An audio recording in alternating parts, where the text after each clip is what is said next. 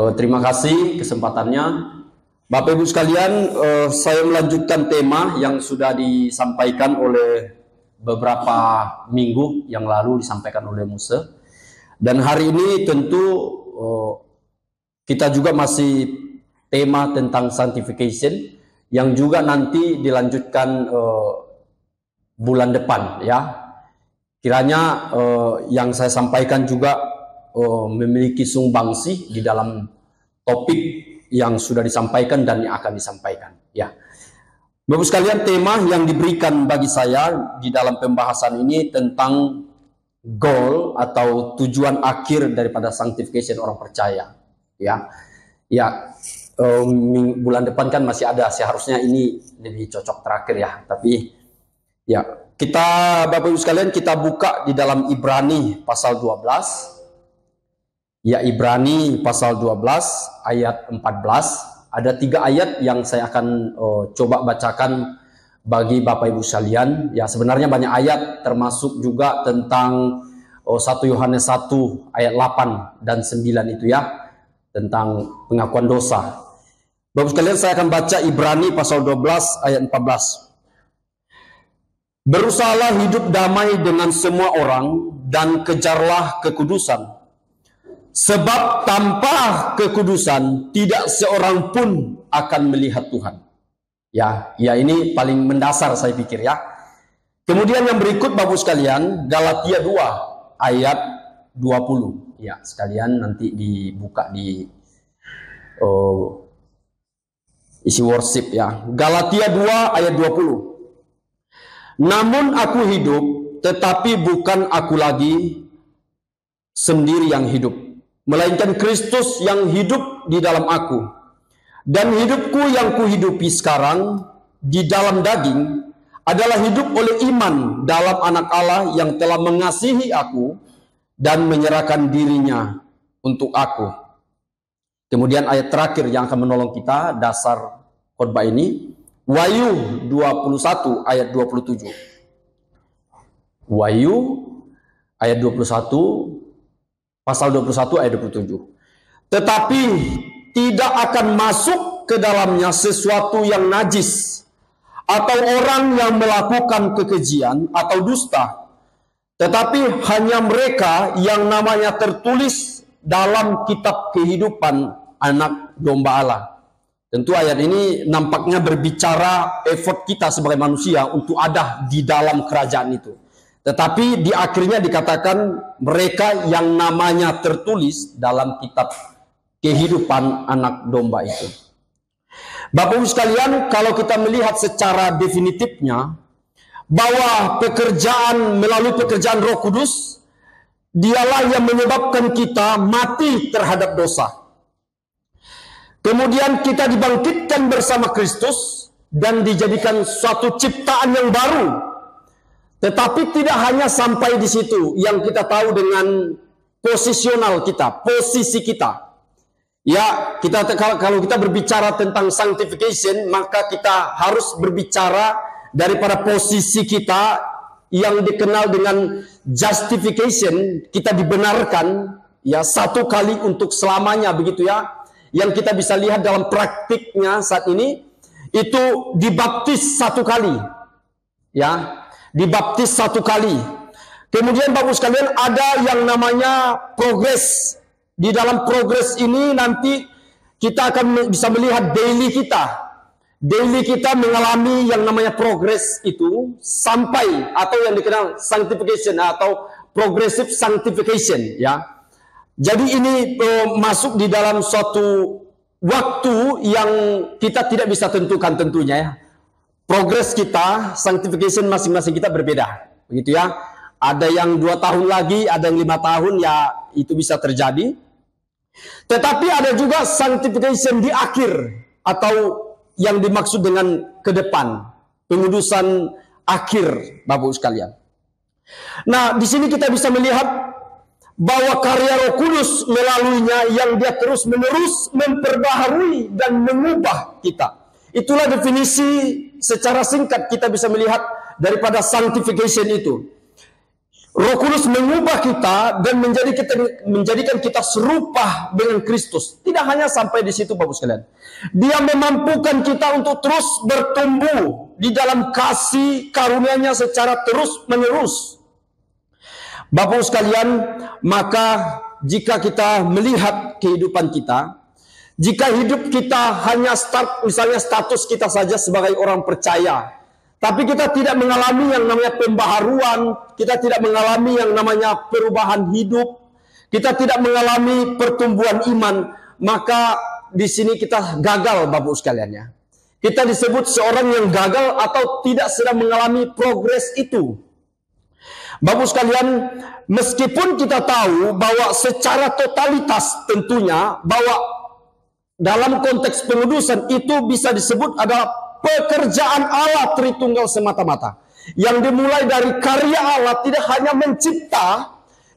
mencipta menjadikan sesuatu yang nothing itu menjadi sesuatu yang something, dari yang tidak menjadi ada, tetapi juga ia di dalam penciptaan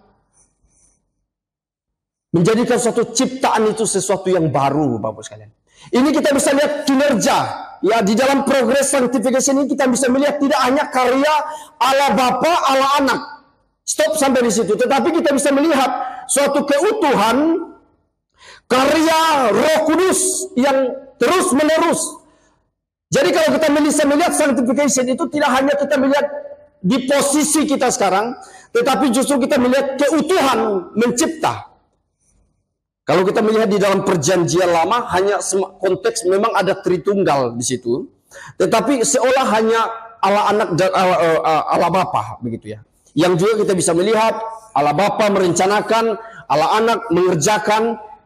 Tetapi di dalam progres ini semakin kita sadar pekerjaan Allah Tritunggal itu, Bapak sekalian. Tetapi tidak hanya sampai di situ, Bapak sekalian ya. Kita tahu bahwa Allah Tritunggal bekerja, lalu kita hanya diam-diam saja. Tentu kita juga bisa melihat ada partisipasi aktif itu sendiri dari orang percaya di dalam konteks progress sanctification. Bapak sekalian, kita bisa melihat progress sanctification dimulai dari posisi, daily, dan ke depan. Kita bisa melihat dalam masa lampau kita tidak hanya dibenarkan satu kali, tapi kita juga sekaligus dikuduskan. Ya.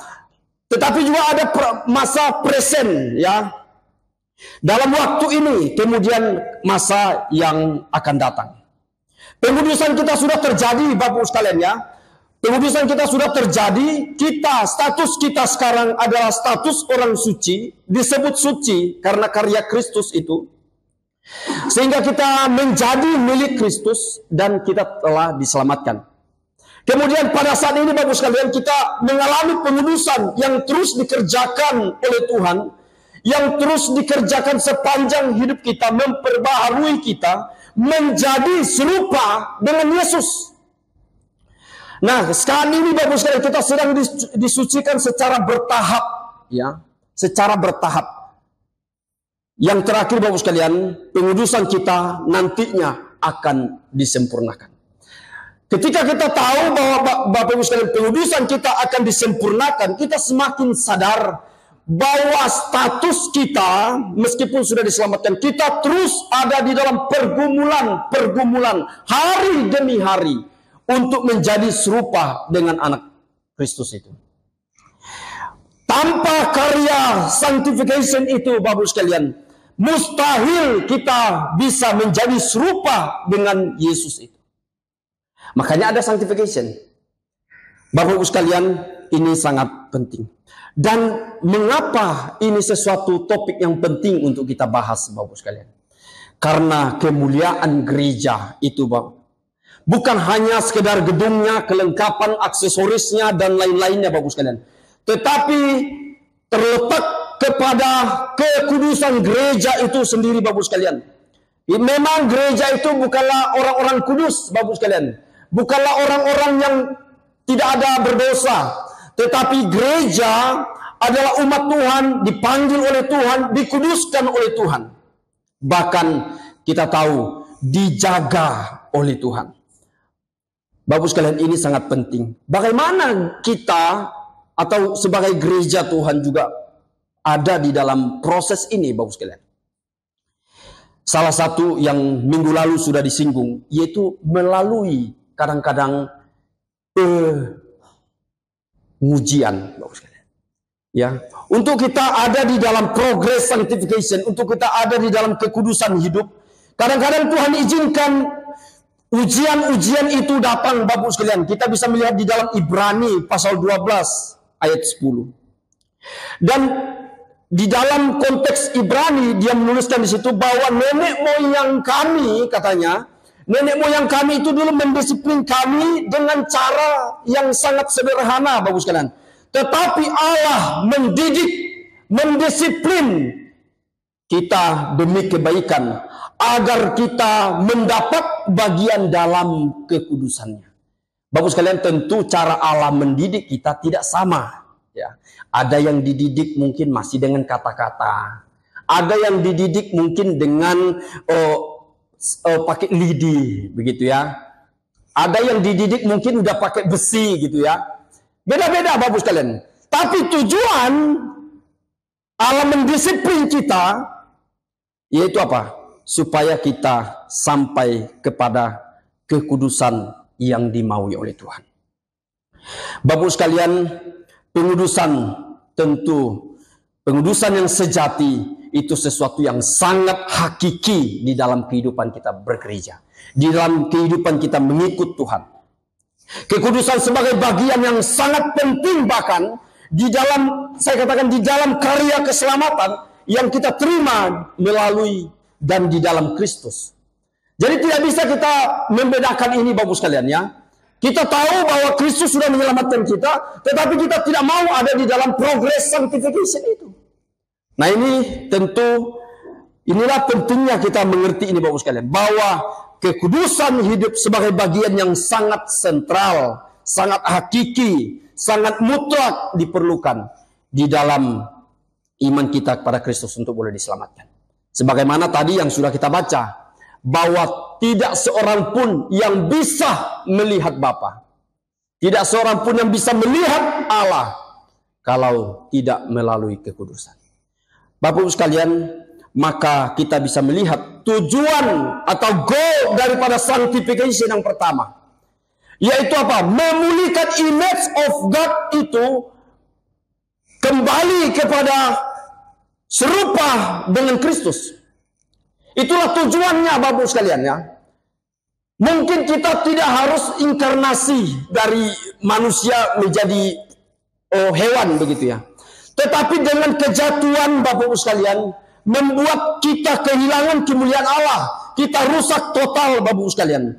Untuk kita boleh melihat Allah, berjumpa dengan Allah, untuk kita bahkan menyerupai image itu yang sudah rusak, maka ya kita harus kembali kepada Kristus yang diberikan. Kita bisa melihat di dalam 2 Korintus 4 ayat 4, Kolose 1 ayat 15, ada banyak ayatnya, Bapak sekalian, ya.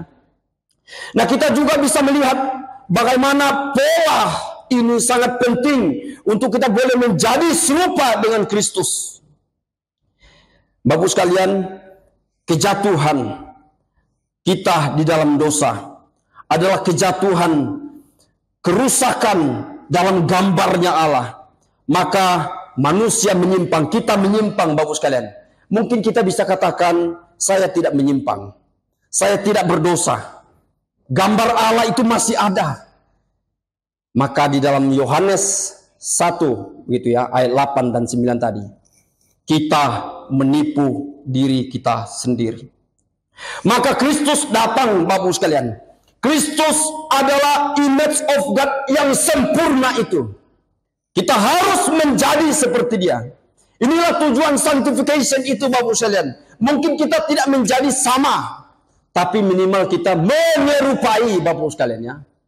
Jangan sampai kita anak Tuhan justru menyerupai lebih parah dari orang yang tidak mengenal Tuhan. Bapak sekalian, tentu kita bisa melihat ini di dalam dua bagian, ya. Bahwa kitab suci mengajarkan Allah sendiri menguduskan kita. Ia sendiri memperbarui kita menurut rupanya dengan menjadikan kita serupa dengan Kristus. Ya, ini karya Allah di dalam Roma 8 ayat 28. Kita mengetahui bahwa keserupaan dengan gambar Kristus adalah tujuan Allah memilih kita. Sebab mereka yang telah diketahui sebelumnya telah ditentukannya dari semula untuk menjadikan kita serupa dengan anaknya, supaya kita menjadi yang sulung di antara banyak saudara. Bapak sekalian, ini sangat penting. Kemudian kita juga bisa melihat, Bapak sekalian, tidak hanya sampai di situ karya Allah, tetapi juga ada tanggung jawab kita, Bapak sekalian.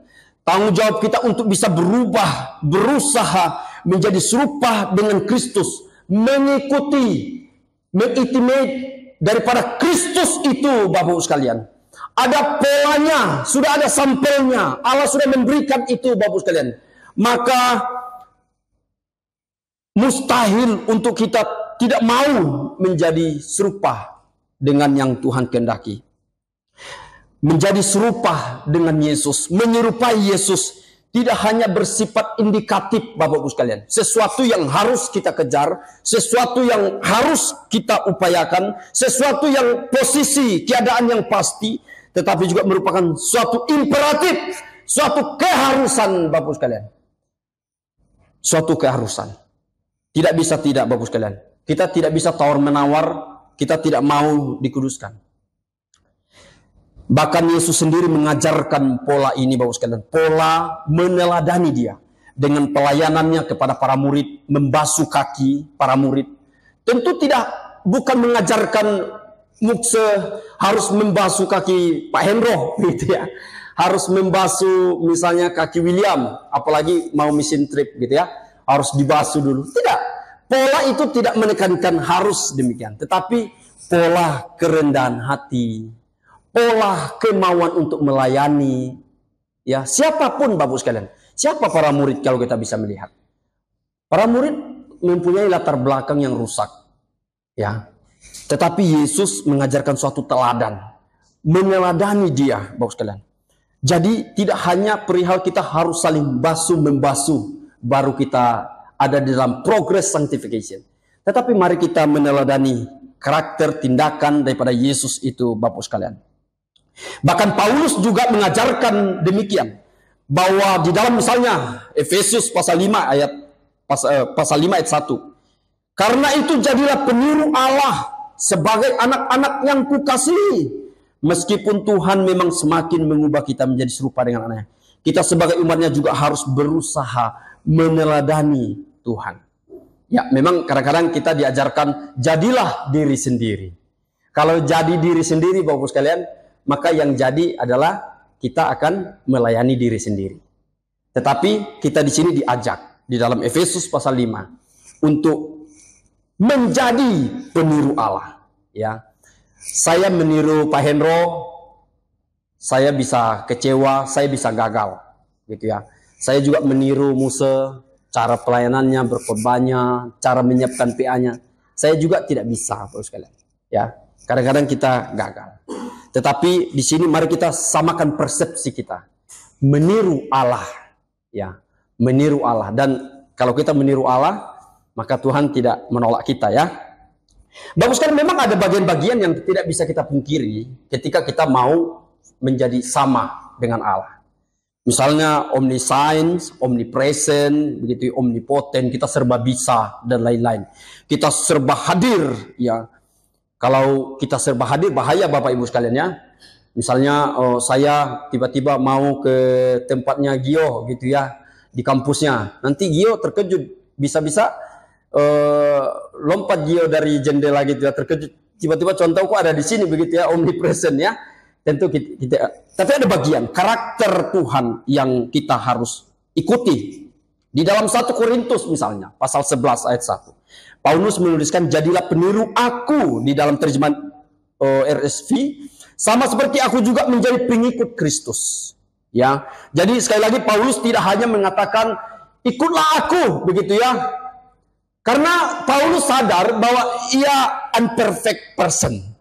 Dia bukan seorang pribadi yang sempurna, tetapi ia juga belajar daripada Kristus. Maka mari kita sama-sama kembali kepada dasar kita, image of God yang sempurna itu.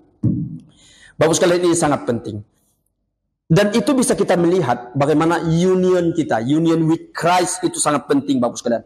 Calvin di sini menuliskan, Bapak sekalian, ia menyatakan dengan cukup baik, ya, selama Kristus tetap berada di luar kita dan kita terpisah darinya, segala penderitaan dan perbuatannya demi keselamatan umat manusia tetap tidak ada gunanya dan tidak ada nilainya bagi kita.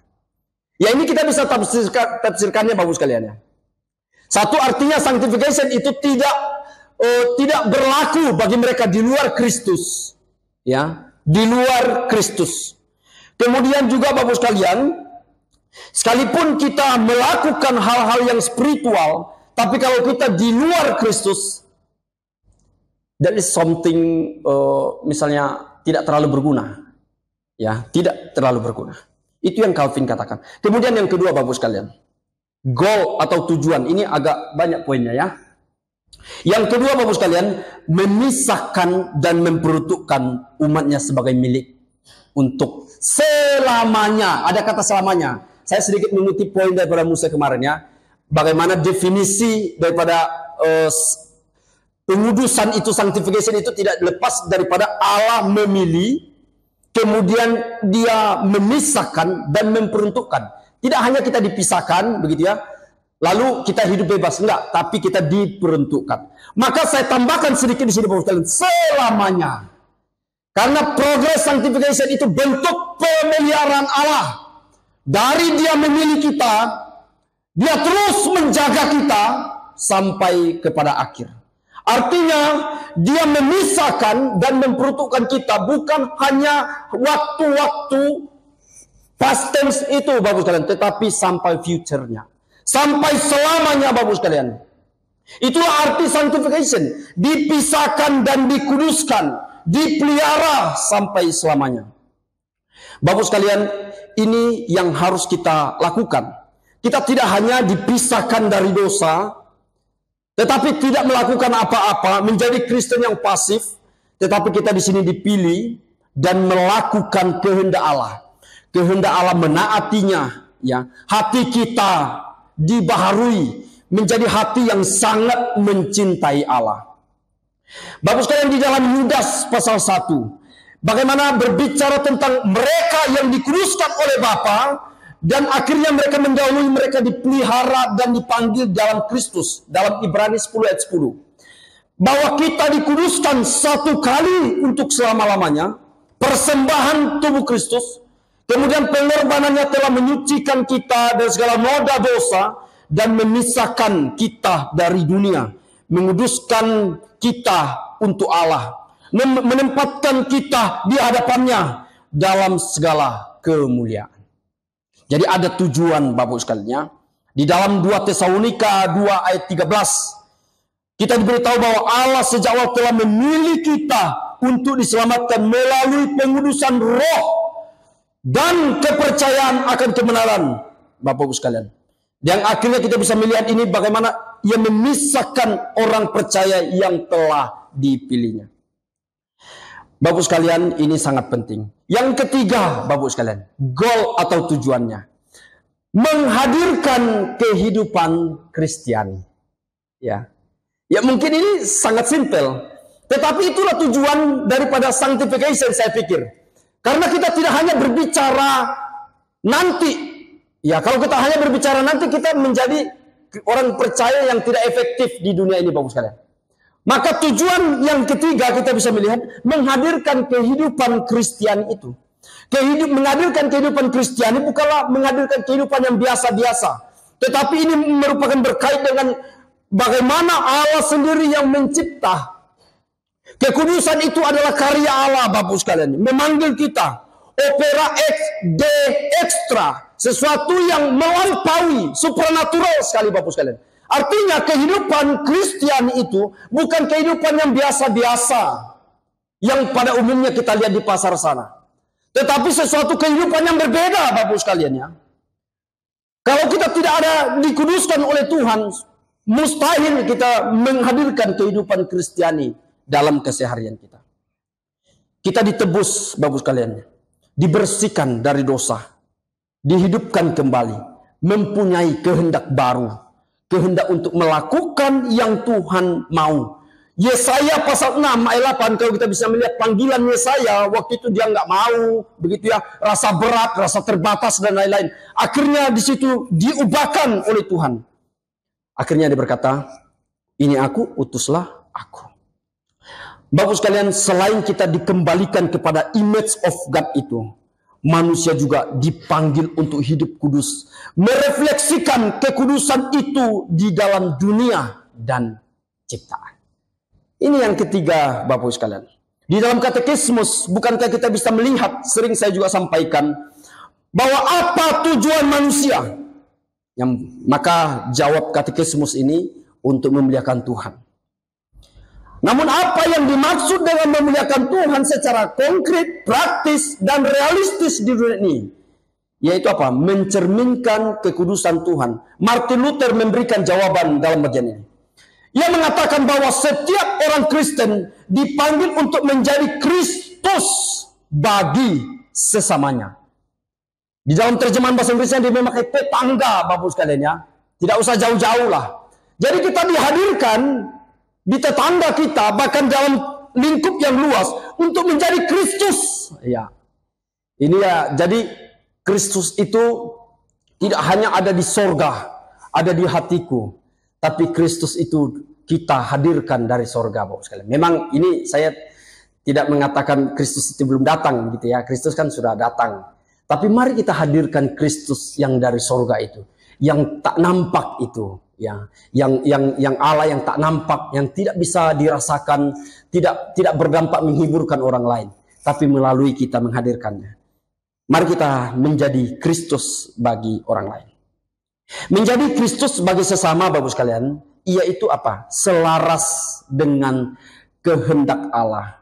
Sehingga orang lain melihat dan melihat kekudusan Kristus itu terpancar dalam kehidupan kita. Ya, terpancar dalam kehidupan kita. Sehingga orang melihat penampilan kita saja, orang sudah melihat, oh, ini orang Kristen, gitu ya. Cara berkacamata Pak Andreas, oh ini orang Kristen, gitu ya. Jadi ada ciri-ciri yang bisa mereka melihat, Bapak sekalian. Di kampus kami dulu, begitu ya, karena yang saya tahu kampus kami, dulu itu kami wajib sendalnya itu nggak boleh jepit, gitu ya.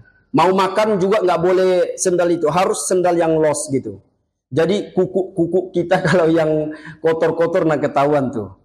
Jadi harus pakai celana dasar, kalau nggak boleh makan, harus pakai sendal itu. Bajunya harus berkerah, roknya harus, yang cewek harus di bawah lutut, begitu ya. Sepatunya, kalau keluar nggak boleh kukunya kelihatan, harus yang sepatu yang kayak dipakai Ibu Lingga. Jadi orang dari jauh, Bapak sekalian, orang sudah melihat, ini tante-tante gereja. Kami dipanggil tante-tante situ. Bukan tante-tante yang kita kenal itu ya. Maksudnya tante gereja, om gereja, begitu ya. Jadi kami dipanggil om. Jadi ada ciri khas yang memang mereka tahu, oh itu orang gereja, ya, itu tante gereja. Ada suatu gaya hidup yang memang kita bisa berbeda, Bapak sekalian. Ya, tentu dalam konteks kita sedang berprogres, ya, berprogres. Kita tidak boleh menghakimi satu dan yang lain. Bapak sekalian, yang berikut kita bisa melihat. Bahkan di dalam homili directed Bal, dia mengatakan demikian. Pemulihan citra Allah menggabungkan, dia memberikan suatu eksegese, dia sebagai dalam kebijaksanaan hikmat dan pastoralnya, secara khususnya dia mengkritisi dalam Kolose 3:5-17. Tetapi dia katakan demikian. Dalam Kolose ini sebagai lensa untuk memahami apa artinya menjadi kudus sebagai orang percaya. Ia mengatakan demikian, bahwa kekudusan di dalam ayat ini memiliki makna tiga, yaitu apa? Memiliki karakter seperti Kristus, memiliki pikiran yang dibaharui oleh Kristus, menjadi bagian dari komunitas yang diperbarui oleh Kristus.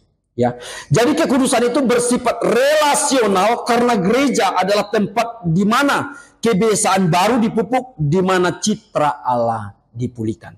Jadi gereja itu tidak sempurna, Bapak sekalian ya. Tetapi di dalam gereja kita harapkan ya terjadinya relasi. Ya, terjadinya relasi, bukan justru perpecahan. Di dalam gereja justru orang menemukan pemulihan. Dia datang dengan kekecewaan, dia keluar dengan penghiburan. Semangat yang baru, dia datang dengan letih lesu, di dalam gereja dia keluar, dia mendapatkan kekuatan. Ya, apakah kekuatan untuk bekerja? Ya bisa, ya. Ada banyak hal, itu yang Derek Tidball katakan. Kemudian Bapak sekalian yang keempat, ya masih ada ini nanti saya singkat. Yang keempat Bapak sekalian, memampukan dalam tujuan daripada sanctification itu, keempat, memampukan anak-anak Tuhan mematikan dosa-dosa yang menguasai. Ada dosa Bapak sekalian. Kita tidak bisa pungkiri ini, ada dosa. Makanya ada sanctification, makanya Roh Kudus terus bekerja, ya. Roh Kudus terus, ya. Nah, tetapi kasih karunia memampukan orang beriman untuk menjalani kehidupan yang suci. Ini yang berbeda Bapak sekalian, ya. Ini yang berbeda. Orang percaya yang ada di dalam progress sanctification itu tidak bisa betah di dalam dosa itu. Ini Bapak sekalian. Ya. Maka ketika kita betah di dalam dosa itu, di dalam lumpur itu, maka mari kita datang kepada Tuhan, mengoreksi diri, mempertanyakan diri di hadapan Tuhan. Ya, pengudusan itu kan berarti penyaliban kelemahan, kedagingan. Ya, hidup kita semakin bergantung, surrender to God, semakin bergantung sepenuhnya kepada Tuhan. Setelah kita dibebaskan dari kekuasaan dosa, Bapak sekalian, orang-orang kudus dipisahkan demi tujuan kerajaan, sebagaimana Allah yang kudus itu, maka ia menyebut umatnya kudus dan berjanji untuk memperbaharui mereka menurut gambar putranya. Mati bagi dosa, hidup bagi Allah. Itulah tujuan yang harus kita hidupi, Bapak sekalian. Bapak sekalian, kalau mati bagi dosa, itu di dalam kita bisa melihat itu aorist tense, Bapak sekalian, ya, mati bagi dosa. Artinya di dalam jemaat, di dalam kehidupan kita itu, kita mati, artinya kita tidak dalam bentuk bangun itu, bukan seperti progress sanctification. Jadi di dalam ketika kita mengalami progress sanctification itu, kita juga terlebih dahulu harus mati dalam dosa. Jadi ketika kita sudah mati di dalam dosa, maka itu kan terjadi satu kali. Nah, baru di situ kita mengalami yang namanya progress sanctification. Jadi meskipun ada dosa, ya, karena kita sudah aorist tense itu sudah mati satu kali itu, tidak bangkit secara progress, maka kita ada dimampukan. Inilah yang dialami kalau kita bisa melihat di dalam jemaat Kolose. Jemaat Kolose tidak dibangkitkan secara bertahap, melainkan mereka dibangkitkan secara aorist tense, tetapi mereka jemaat Kolose mengalami yang namanya progress sanctification. Bapak sekalian, Anthony Hoekma, ini agak panjang, saya baca sedikit ya. Pengudusan berdampak pada pembaharuan natur, yakni pengudusan membawa perubahan arah dan bukan perubahan secara substansi. Ya, saya bisa mengatakan bahwa kita orang yang diubahkan mungkin bisa, kita bisa melihat orang yang dulunya hidupnya sembraut. Saya punya teman pengendara narkoba, hidupnya sembarangan, tapi ketika dia mengalami Tuhan, dia berubah. Ya, memang ada yang berubah. Tetapi intinya bukan perubahan pada fisik, Bapak sekalian, ya. Nah, dalam Tuhan menguduskan kita, Tuhan tidak membekali kita dengan kekuatan atau kapasitas yang sama sekali berbeda, ya, dari yang kita miliki sebelumnya. Jadi kita ketika mengalami pengudusan, jangan kita berharap bahwa ular tidak bisa mematok saya, racun ular tidak berdampak pada saya. Tidak, Bapak sekalian, ya, karena Tuhan tidak membekali kita hal-hal yang demikian, ya. Sebaliknya, yang dia berikan kepada kita, dia memampukan kita untuk menggunakan karunia yang dia berikan kepada kita dengan cara yang benar dan bukan dengan cara yang berdosa. Kita bisa, Bapak sekalian, memakai segala potensi diri kita. Berkat-berkat yang kita punya itu justru kita pergunakan untuk memuaskan dosa-dosa kita. Tetapi tidak di dalam konteks Anthony Hoekma memberikan demikian. Pengudusan memampukan kita untuk berpikir, berkehendak, dan mengasihi Allah dengan cara yang memuliakan Tuhan. Yaitu memikirkan pemikiran yang Tuhan dan tentang Dia, dan melakukan yang selaras dengan kehendaknya. Kemudian Bapak sekalian, yang kelima, sanctification itu tujuannya adalah mempersiapkan orang percaya menyambut Kristus yang akan datang kali yang kedua. Ya, sanctification itu, progress sanctification mempersiapkan kita, Bapak sekalian, sebagai orang percaya menyambut Kristus ketika Ia datang. Ia mendapati kita ada dalam kehidupan yang terang, Bapak sekalian, di dalam 1 Tesalonika 5 ayat 23.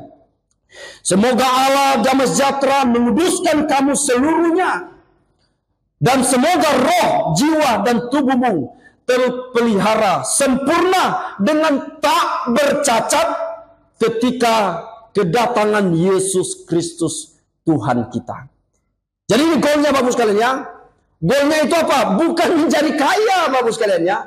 Bukan menjadi sehat, tetapi Dia mempersiapkan kita untuk menyambut Kristus. Ini sesuatunya yang progress sanctification menyenangkan, ya. Sesuatu yang menyenangkan, Bapak sekalian, memurnikan kita, ya.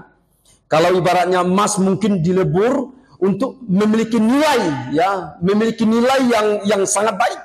Tetapi kita ketika mengalami progress sanctification, ya, kita dipersiapkan menyambut sang mempelai pria itu. Siapkah engkau menjadi mempelai wanita? Begitu, ya. Kalau kita melihat misalnya ada orang menikah, masa dia tidak mempersiapkan dirinya? Mempelai prianya sudah ada di depan pakai ini, sudah bawa mobil Alphard, begitu, ya, BMW, begitu, ya. Tapi perempuannya baru bangun tidur, begitu, ya. Tidak siap. Tidak mungkin demikian. Inilah tujuan sanctification. Kita bisa melihat, ya, Bapak sekalian, saya sedikit menarik melihat ini di dalam Perjanjian Lama. Ternyata tidak hanya misalnya penyeberangan Laut Teberau, Sungai Yordan, itu ternyata tidak hanya sekedar menyeberang, Bapak sekalian, ya. Ternyata sangat berelasi, memiliki relasi yang terkait dengan progress sanctification ini, ya. Penyeberangan umat Tuhan menuju kepada tanah Kanaan itu dirohanikan, ya. Berarti memperoleh keselamatan dan pengudusan, Bapak sekalian, ya. Kita bisa melihat begini. Penyeberangan yang pertama, yaitu Laut Merah, dirohanikan dengan makna keselamatan. Kemudian penyeberangan yang kedua, yaitu Sungai Yordan, dirohanikan yang berarti pengudusan. Kesimpulannya, Bapak sekalian, ya, yang diajarkan adalah kebutuhan 2 kali penyeberangan bagi bangsa Israel untuk sampai ke tanah perjanjian, maka dibutuhkan 2 karya. Karya anugerah bagi orang percaya untuk sampai ke tanah perjanjian, dan tentu yang tadi dibilang sanctification. Ya. Tentu ini saya tidak bisa katakan oh ini komentari tafsiran yang sudah valid. Tetapi ini menarik, Bapak sekalian, ya. Supaya kita diperkaya melihat, ya, saya percaya tidak mungkin ada yang tertulis sesuatu yang sia-sia, ya. Sebagaimana perjamuan, sebagaimana sunat dan lain-lain, semua ada tujuan, ya. Bapak sekalian, yang keenam, ya, untuk menikmati, ya, tujuan daripada goal itu untuk menikmati komunion dengan Allah di kemuliaan atau berjumpa dengan Allah face to face. Bapak sekalian, sangat indah, sangat menyenangkan apabila hari ini kita sedang melayani Tuhan dan akhirnya kita berjumpa dengan Tuhan. Tuhan yang kita layani, Tuhan yang kita sembah, Tuhan yang kita kabarkan, Tuhan yang mungkin hanya kita bisa ceritakan. Akhirnya, finally, we face to face with Him. Kita berjumpa dengan Dia, Bapak sekalian. Dan kita berkata, puji Tuhan. Thank you, Lord.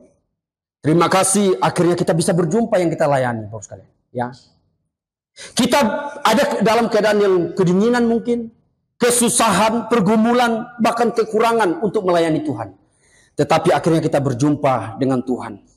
Kita disambut, dia katakan, masuklah, nikmatilah engkau yang setia. Bapak sekalian, sangat indah ya ketika kita tertati-tati mengikut Tuhan.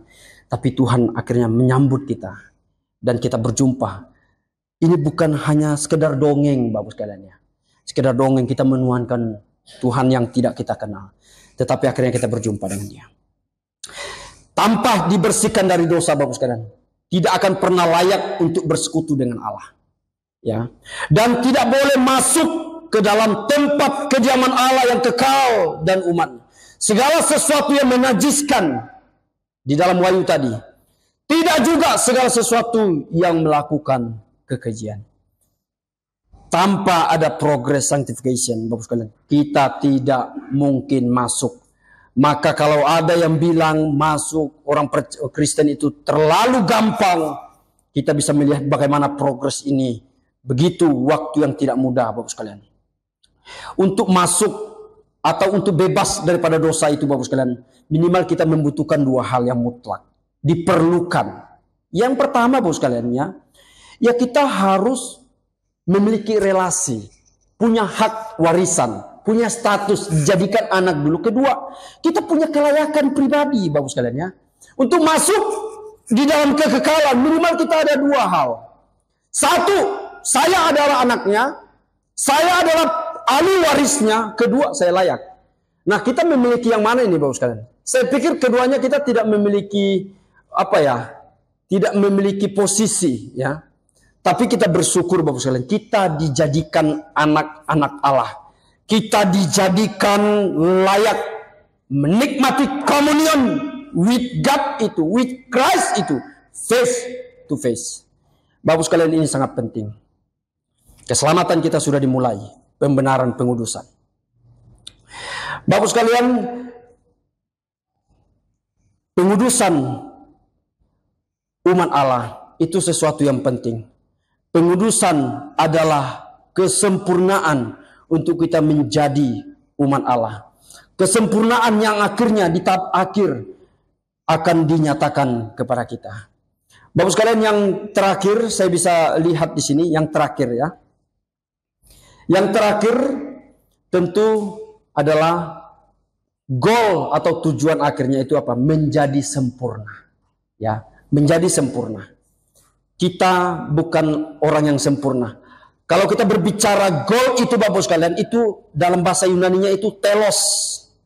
Yaitu secara progresif mencapai tujuannya. Ya. Jadi tujuan daripada sanctification itu yaitu apa? Mencapai suatu kesempurnaan. John Murray memberikan penjelasan yang baik tentang ini Bapak sekalian. Pekerjaan Tuhan di dalam kita tidak terhenti karena kita bekerja. Dan pekerjaan kita tidak terhenti karena Tuhan bekerja. Hubungan ini juga tidak sepenuhnya kerjasama seolah-olah Tuhan melakukan bagiannya dan kita melakukan bagian kita. Yang benar adalah Tuhan bekerja di dalam kita dan kita juga bekerja. Namun hubungannya adalah karena Tuhan bekerja di dalam progres sanctification kita, maka kita pun bekerja di dalam progres sanctification itu. Di akhir ini saya menutup dengan kalimat demikian. Pengudusan adalah proses di mana kita sebagai orang percaya diubahkan menjadi satu gambar dengan kemuliaan yang semakin besar. Di dalam 2 Korintus pasal 3 ayat 13. Setiap orang yang menaruh pengharapan pada Kristus, mari kita menyucikan diri sama seperti Dia yang suci. Tuhan memberkati, Tuhan menolong kita Bapak sekalian. Mari kita berdoa. Tuhan, terima kasih, kami yang najis dan kotor harusnya diasingkan, dibuang, dijauhi ya Tuhan. Tetapi Engkau rela datang. Bahkan Engkau rela memungut kami ya Tuhan. Membentuk kami menjadi suatu bejana yang indah di matamu. Mungkin kehidupan kami belum bisa menjadi berkat bagi orang lain. Tapi ya Tuhan, biarlah kami belajar dan kami memohon anugerah Tuhan untuk terus belajar menjadi serupa dengan Engkau. Kami itu terus ada di dalam karya Tuhan yang terus dipersiapkan menyambut kedatangan-Mu di dalam proses kami yang tidak mudah. Tuhan berikan kami kekuatan, Tuhan berikan kami kemampuan. Terpuji, termulia nama-Mu ya Tuhan. Tuhan kami Yesus Kristus. Amin.